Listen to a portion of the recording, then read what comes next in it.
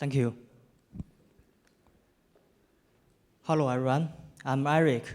I'm from Shenzhen Pisoftech Technology. And I'm Ken. I'm today's translator for Eric. Okay, let me introduce the story about pilot era. When life went back 2013, I was developing software about LCD display. I realized that if panoramic camera could be used to this field, it would be more effective. So that's the reason why I decided to learn panoramic cameras.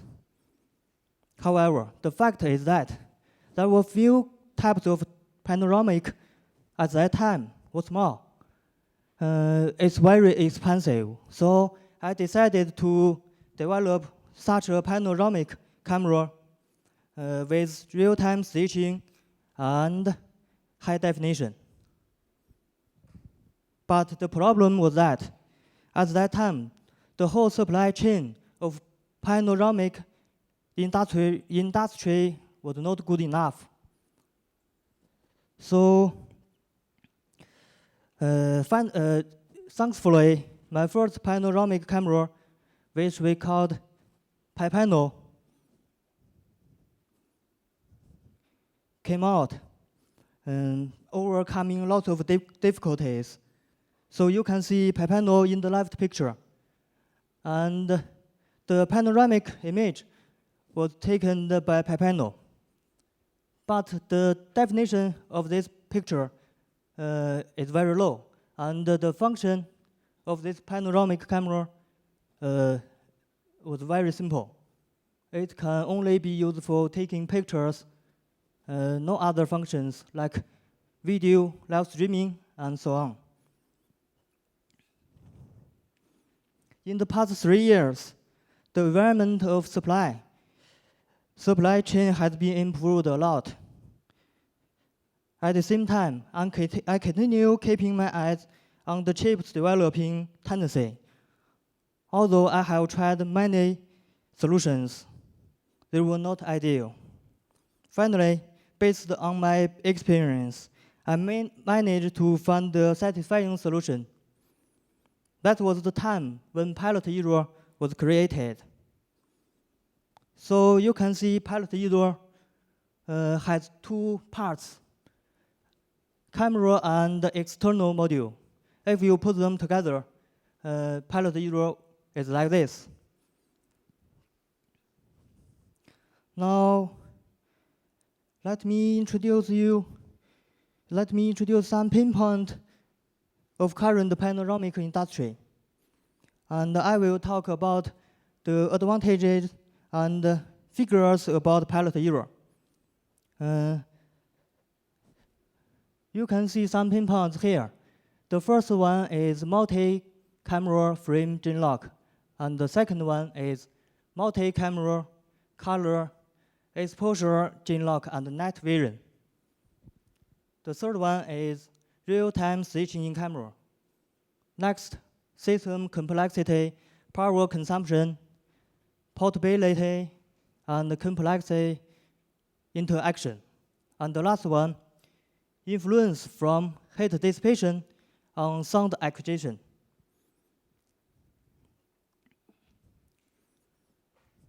So you can see two pictures here. The left one is before frame gene lock, and the right one is after frame gene lock. What's the difference between the two pictures? People in the left picture are dragged and overlapped, but the right one is clear. Okay. As you can see, it's very easy for you to find the color and exposure differences between the two pictures.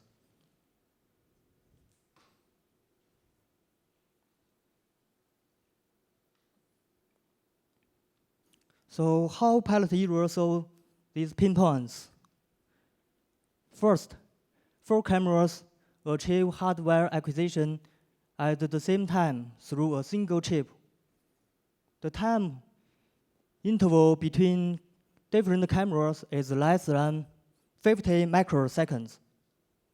And second, multi-camera color and exposure gene lock can be realized in camera. No post-processing is needed, no matter indoor, outdoor, day or night. So you can see the two pictures on this page. The left one was taken outdoor, and the right one was taken in a night from the top, from the top of the door. From the top of the car, in a low light environment. The color and the exposure gene lock of them was well finished.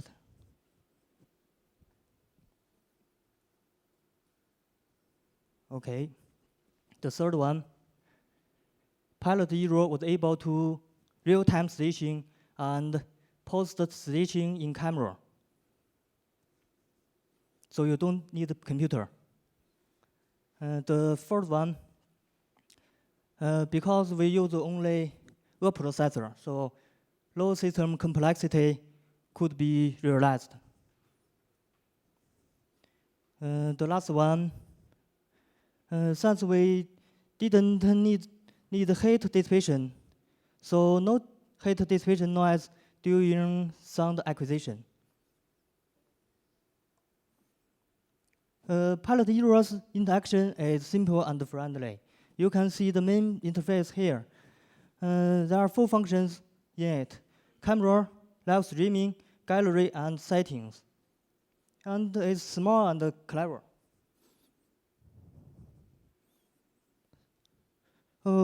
This is the performance index of Pilot Hero.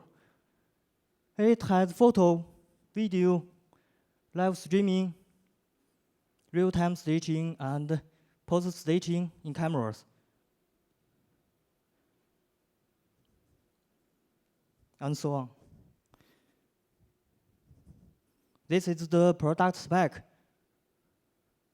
So single processor, Sony CMOS sensor, built-in 4G module, GPS module, and MU module, and so on.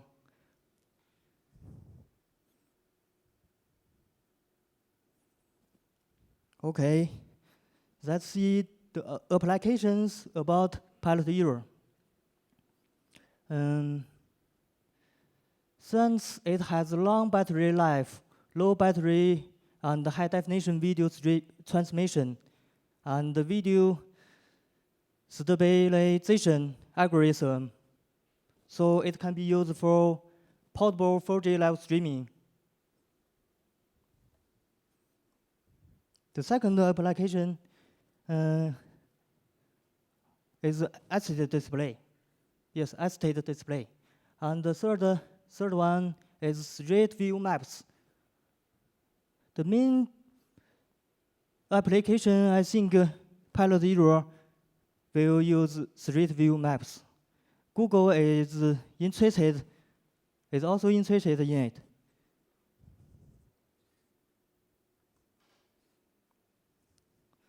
So the future of our product, in order to capture the depth information, we will add KOF module and structure light module or other module inside the next generation.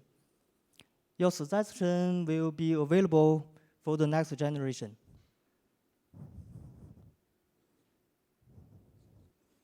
That's all. Thank you.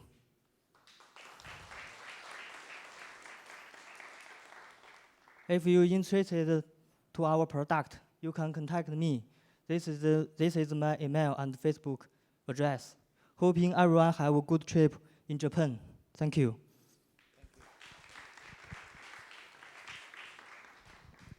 If you have any questions.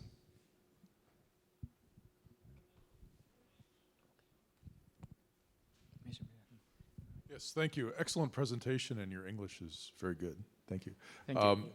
Do you support smartphone support? Can I control the device from an iPhone or an Android device, and how well does that work if you do? Thank you for your questions. We have the cell phone app. You can download the app and then you can control your cell phone. It's Wi-Fi, I assume? Yes. Yeah, it's Wi-Fi. And how reliable? Because it seems like many of the devices, the Wi-Fi, 50% reliability, I would say. 他们不就是他们的可靠性的。OK，这个这块根据 WiFi 的性能，距离可以达到10米左右。Okay. And yes, of course, it depends on the Wi-Fi, but you know the distance that we can achieve is around 10 meters. Yeah, 10 meters. 然后可以远程的去遥控，这个不限距离。Yeah, and we can also control it in the long distance 通过 Internet。 through the internet.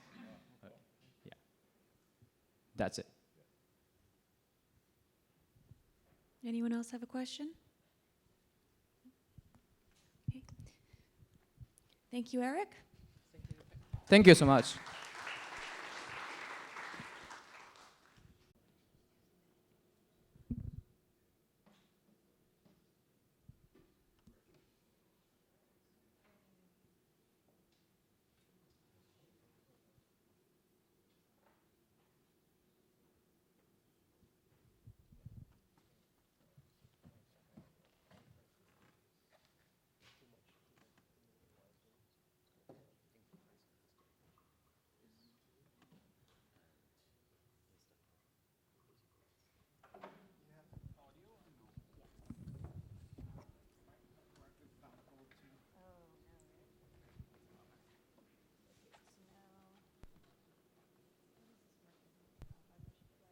Everything you see here should be on the beamer.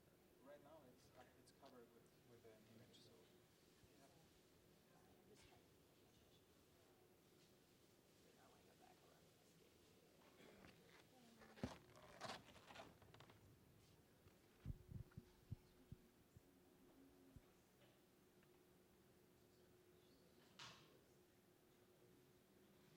So How you had it before, it was Yeah, so showing.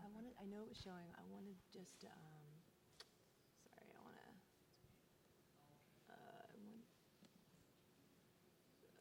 why isn't it doing this?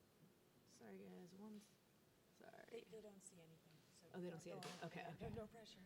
Okay, so, play, now where? I think you clicked the brush. How did you do that? Yeah, hold on, let me, but I, hold on 1 second, view, I wanna see my comments, unfortunately.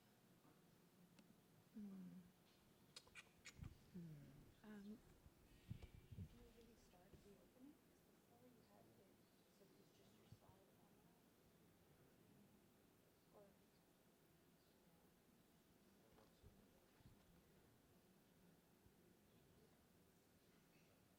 Or with your mouse, are you able to?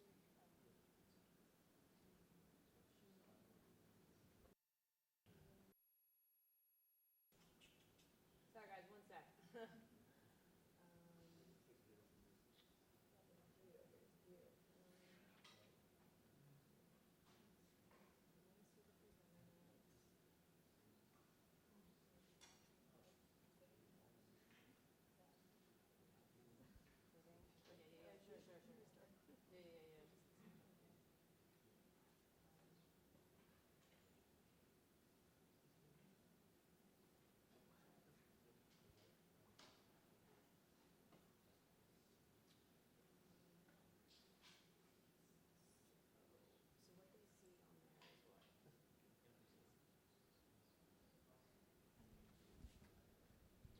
Florian, do you know Keynote? We got some keynote. Did anyone have? We've got some keynote masters in the house. Thanks. Thanks. I want to see. We want that screen here, Yeah, and then that's. that. Yeah, can I see my presenter notes? you don't. Oh, you want to see it on that? Yeah, ideally, but I mean, I can wing it without it, but What I would do is let's go to your system preferences and maybe try to swap screens. No,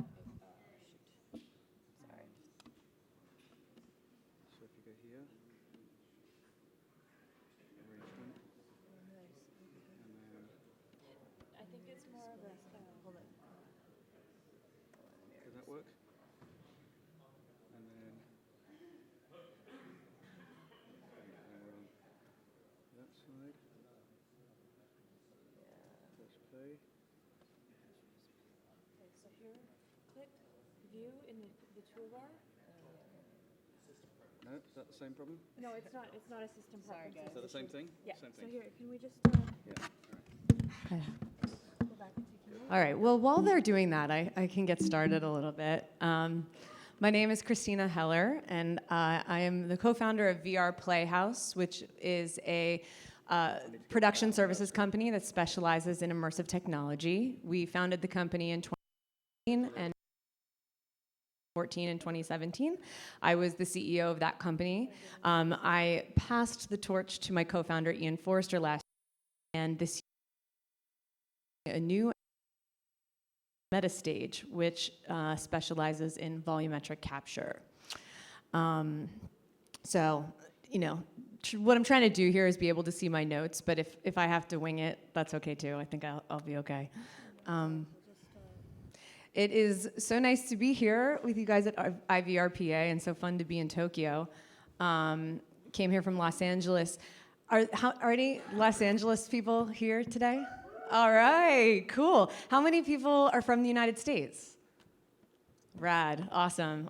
Well, you're more than welcome to come visit in Los Angeles anytime. Okay, well, we don't have notes. I had all kinds of beautiful scripted things, but instead we're just gonna have to wing it. So the name of this talk is Volumetric Humans, Evolution in XR Video. I chose this image here. It was actually drawn by an artist named Dave Zabowski, who was one of the Disney animators during the golden era of the Disney years. I would say like the Aladdin, Beauty and the Beast, and Lion King years. And he drew it specifically because it was meant to symbolize sort of what we're striving to do with virtual reality. You know, it reaching like for the low-hanging fruit, but it just being just out of reach. And the quest, what I would say, for realness in VR. So, you know, if you break down like what the definition of virtual reality is, it's basically, if you break down what the definition of virtual is, and then it's like the essence of reality, and you break down the word essence, and it's basically like something being natural and feeling like it belongs. And I can't help but think, by even calling this virtual reality right from the get-go, we've started the hype train at the highest level, trying to say that we're capturing the essence of real life and creating something that feels like it belongs in the space.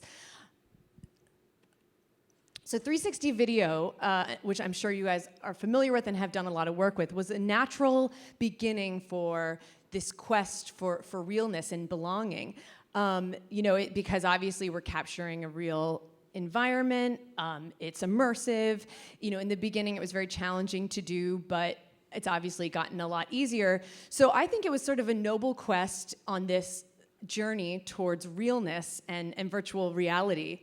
The essence of reality. And of course, here we are, just embarking on this art form, this new canvas of storytelling. And what is the response? Well, 360 video isn't VR. And it kicked off what I would call the great debate of 2014 and 2015, which was, is 360 video virtual reality? And if you ask me, I would say, kind of. And the thing that was sort of frustrating about that debate was it was almost like we were all getting chastised for making 360 video content, like, as if we thought that this was the be-all, end-all of virtual reality experience. And that's not true. What it was early play and early experimentation. Obviously, we have some ways to go towards, realness in VR, but it was certainly the playground where we could start to experiment. So this is actually a shot from a piece, the very first VR piece that I ever attempted to make in, I think it was September 2014.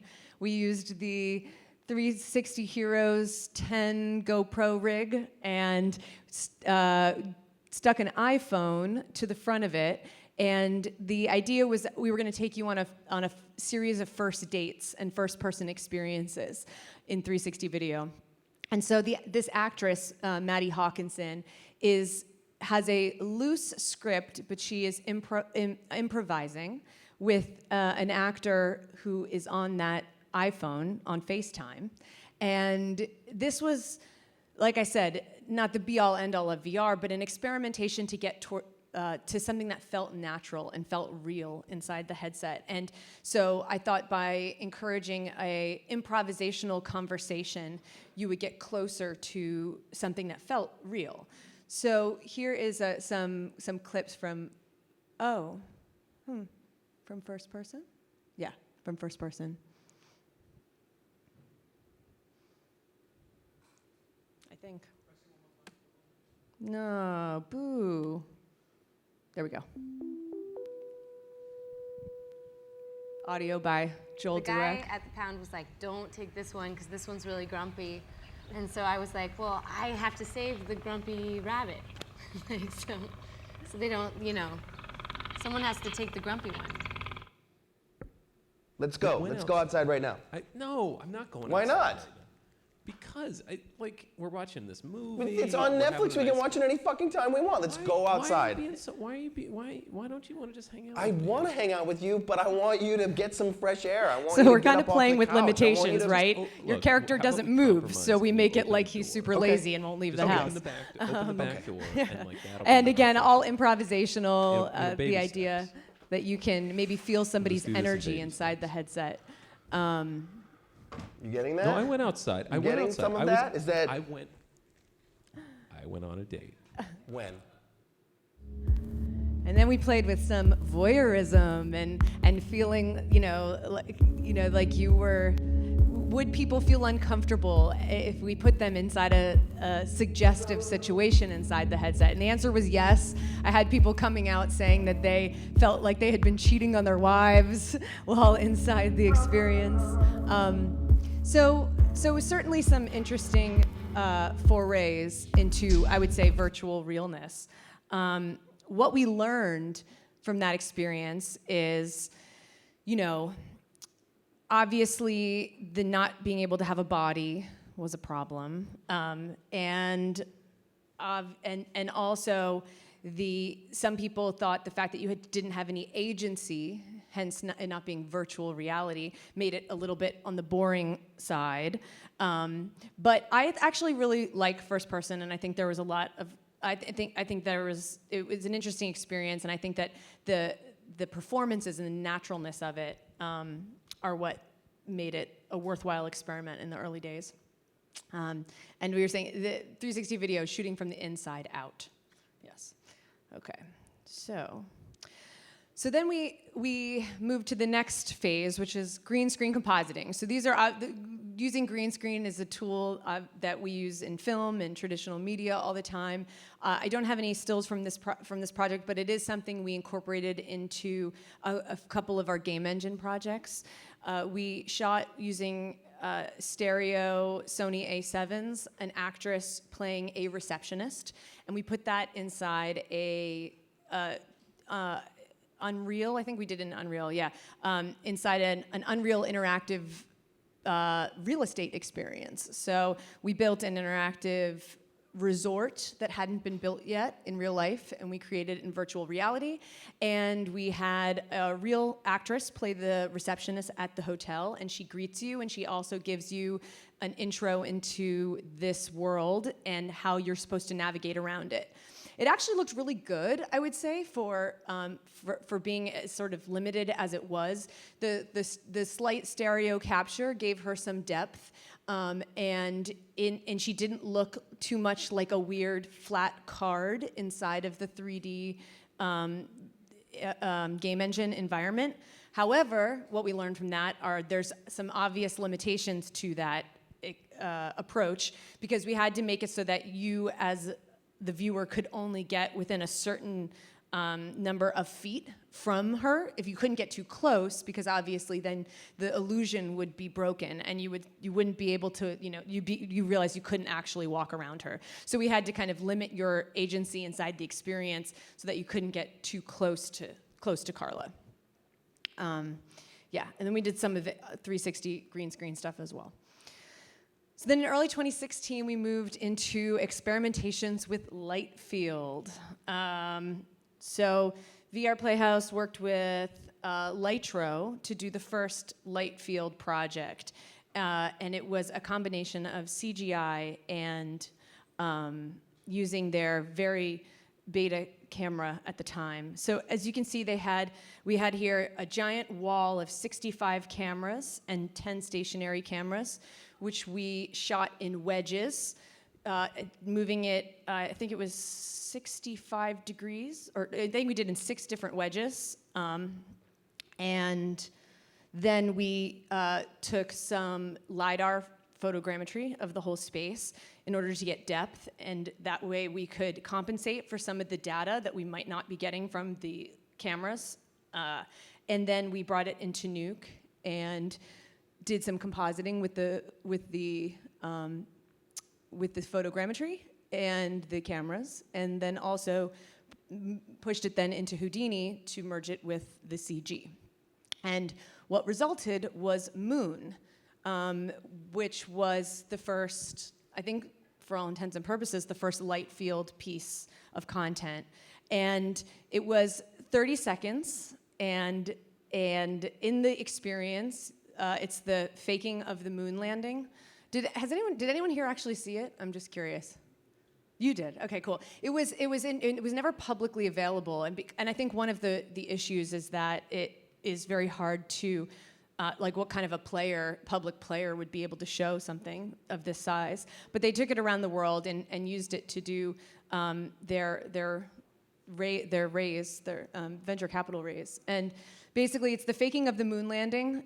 You start off the experience and you think you're watching the moon landing, Neil Armstrong coming down, and he gets down and he says the famous line, but he flubs the line, and then you hear cut, lights up, now you're in a 360, and you can see Stanley Kubrick behind you, and it's like they start arguing. He's like, I'm an astronaut, not an actor, and it's like a cute little 30-second piece. What was interesting about that was we had to be because we were shooting in wedges, the lighting was, and everything had to be completely down to the nanosecond. Otherwise, it wouldn't have lined up in the post-process afterwards. And what we learned was that, it wasn't very practical. It was extremely data heavy. But it was pretty cool. I mean, it definitely was more realistic than the 360 video experience. You could do what I think we were calling the meerkat, where you could actually move your head from side to side, and it gave more of the sort of impression that you were in a real experience versus locked into a 360 video experience. Since then, Google has acquired Lytro and is doing their own experiments with light field. They did it with a bunch of GoPros here, and you can see they also are doing an attempt of shooting in wedges, but they're doing it like on a fuller rotation. And they're only using photos. So in this case, they are compensating for the data. It makes it less of a heavy load when it comes to data. So now moving to volumetric video. There are a lot of companies starting to pop up that are doing this work. Obviously, 8i, Intel Studios, Microsoft Mixed Reality Capture, and Cinema 4D are all doing volumetric video. I remember the first time that I saw volumetric. It was one of those I'll never forget moments in virtual reality where, I felt like we were getting much closer to the promise. But it still had its issues. It had some artifacting and edging, and when you walked around, sometimes the illusion broke. But we're starting to. But I think that this tool in our industry is starting to reach maturation or getting closer to it. This is a picture of the Intel space in Los Angeles right now. It's a 25,000 square foot studio space. The volumetric capture area is 10,000 feet, making it the largest in the world. And that alone is pretty crazy and impressive. So this is the opposite of 360 video, which is inside out. This is shooting from the outside in. And this is a demo that they recently published showing something they'd captured on the Intel stage.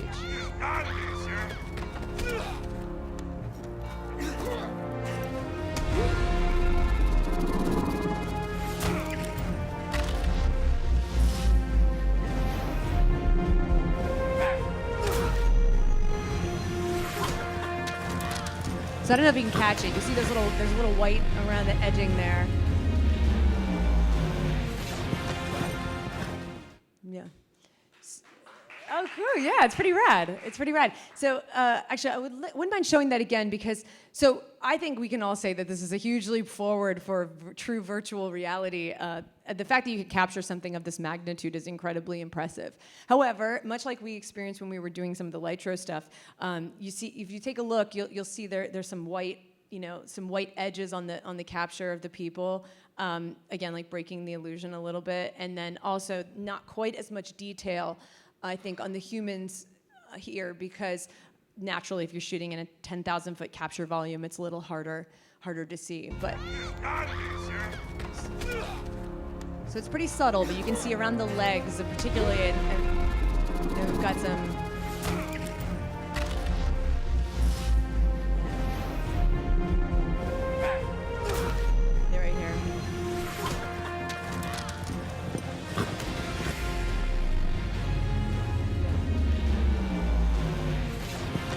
So anyways, not trying to hate. This stuff is really difficult.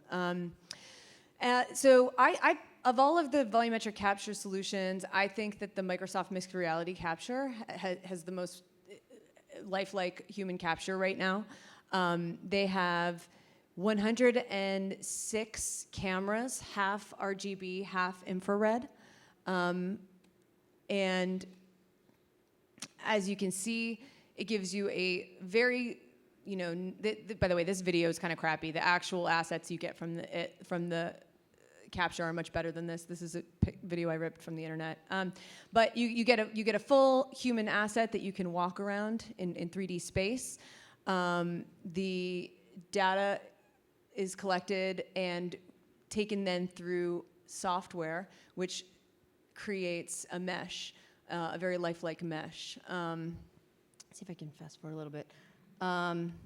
Here they show you it's kind of what it looks like in the studio. These are some Maori warriors. It creates a point cloud. And this all goes through their backends. I think it gets you something like a million points of data. I had all this in my notes here, so I'm gonna. But and then there it creates a nice texture mesh. Then from there, it concentrates on the areas in the human figure that they know need the most work. So hands and face are given a little extra attention. There you go, and you see I think something like 20,000 triangles on these images when they're done. Yeah, very cool. Yeah, and then it creates something that looks a lot closer to real life. So the point I think here is that it's not really the quest for creating lifelike virtual reality it's not really a solo. It's more of a symphony, and all of these tools are going to be brought together to play with each other. So, photogrammetry can be integrated with stereo 360 video. Volumetric capture can be integrated into scanned game engine environments. Places like Intel and those studios can also play with the Microsoft mixed reality capture. You could capture full sets with the Intel stage and then use the Microsoft system to get closer and more detailed human capture. And I'm very optimistic. I think that in the beginning, there was a lot of, I think, like I said, the hype didn't really serve us in our industry. It created expectations that we just as an industry weren't able to deliver upon. But the last 4 years we've made so much progress in terms of the tools to develop this kind of content. I actually think that now is the best time to be starting to play because we finally have the tools we need to make the stuff of our dreams. So anyways, thank you so much, and thanks for having me.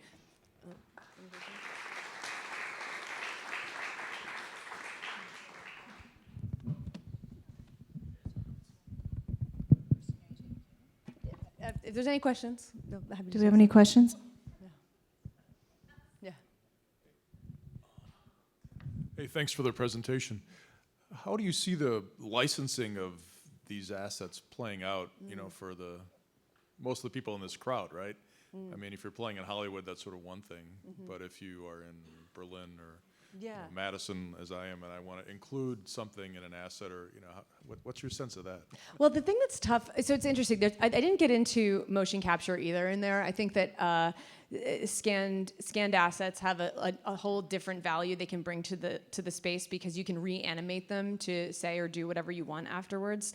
Volumetric capture is a fully baked performance in that it's exactly like video. It's just 106 cameras capturing video and then recompositing it afterwards. So I've heard whisperings of people building content libraries using volumetric capture systems, and I think that that's really interesting. I would actually love to play with that and myself and create assets that people around the world could integrate into their projects. But the only thing that's kind of unusual about the volumetric assets are that they are fully baked. So you'd have to create assets that have enough universal application that you could kind of throw them into any project. Whereas if you have a scanned mocap asset, you can rig it to do whatever you want later. But the downside is that those are very expensive. I've seen some incredibly good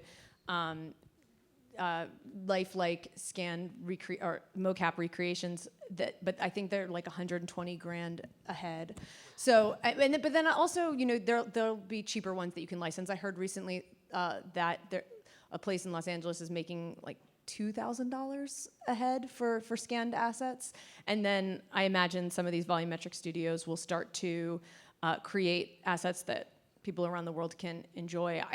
My first instinct, though, when you asked that was like, I'd be curious the kind of assets that would be the most useful to the community. You know, would it be professionals working in office? You know, would it be clowns? Like, I don't know. I think we would need more feedback about what types of content you were making and the kinds of assets that would be helpful for you, and then we could build up libraries around that. Question? Oh, right.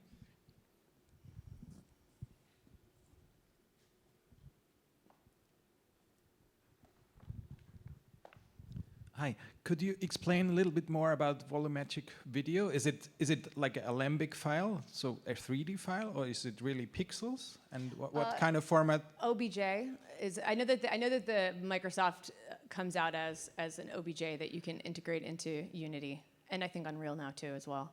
So it's actually a series. PNG, it's like PNG it's animation, sequences. 3D animation. PNG sequences so, okay. as well. You know, because it's not volumetric is not any. And I kind of, when I talk to actors and people about this, it's not that different from video or photo that's come before it. It's just a lot more of it. So it's a moving mesh, including moving texture. Yeah, exactly. So, exactly. okay, that's what I wanted to know. Yeah, cool. Thank you.